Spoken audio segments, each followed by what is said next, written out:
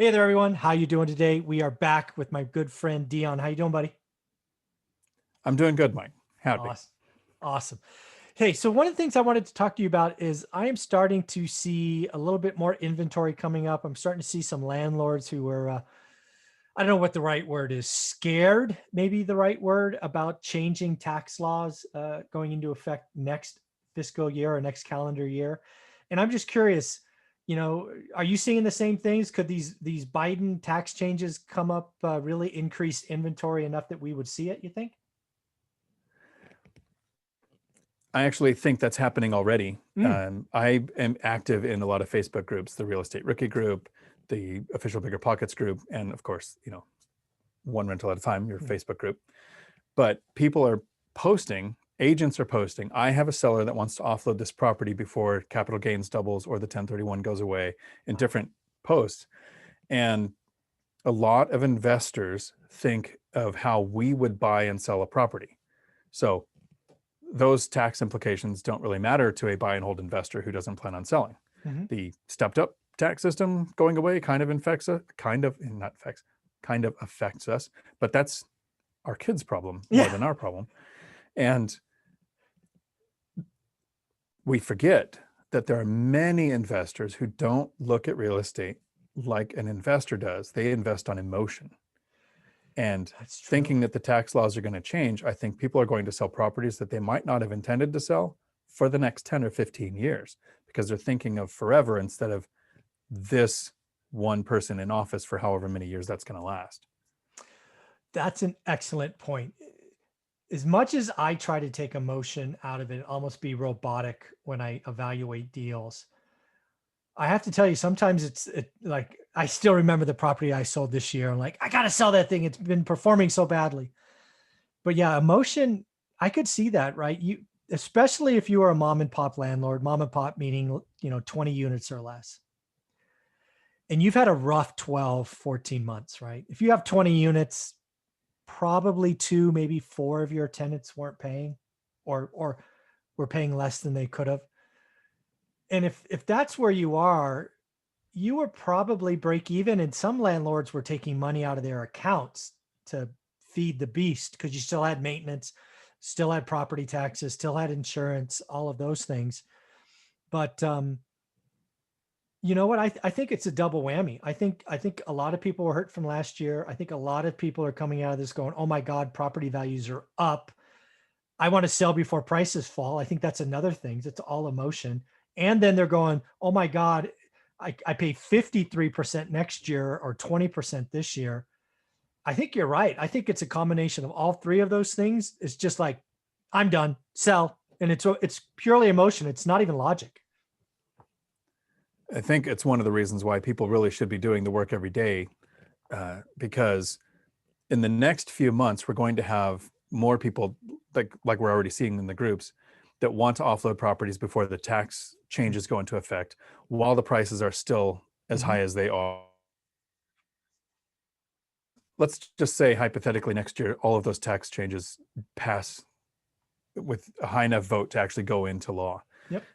I think that's when people with assets kind of go on strike and just don't sell. No, There's not no good. reason to sell if you're going to pay 53% in gains, even if your cash flow is not as good as it can be. That cash flow is better than just selling to give the government a bunch of money. I will not sell a single asset any year where I owe the IRS and the state 53%. Not going to happen. No, zero. Not going to sell. Which hopefully people understand will decrease supply while there's still growing demand, which of course will raise prices again next year. So in January, I made a video that there will be no crash in 2021, and it gets like 0 views because, well, not zero, but it gets very few because everybody wants there to be a crash, wants there Yeah, to be a correction. it's not Because all the happening. investors sitting on the sideline with their pile of cash are waiting to be able to pounce, like they've been waiting since 2013, missing out on 8 years of cash flow and appreciation and principal pay down. Yeah. Uh, so I Yeah, see that continuing.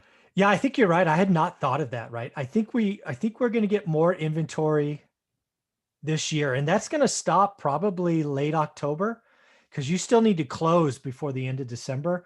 If you list it much later than that, it's not coming.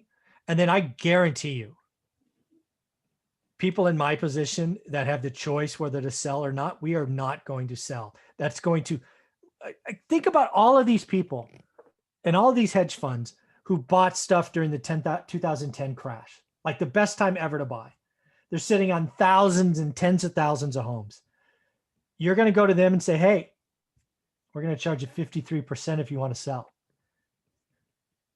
Are you kidding me? We need inventory. We don't need less inventory. Give them a break to sell, incent them to sell so more homeowners can own. I don't understand the logic. Sellers are going to go on strike. Inventory is going to fall. Prices are going to go up. Rents are going to go up. I don't get it. It hurts my head to think about. Yeah. I'm hoping one of our topics is what we think is going to happen to rent in the next few months, because of that. We have a tax incentive program. A lot of people think from like when we were educated as a very young kid, you tax people with a lot of money so that you have taxes to provide social programs and fix roads and have an infrastructure. But we lower taxes on businesses so that businesses are incentivized to grow, which creates more jobs, which does help the economy.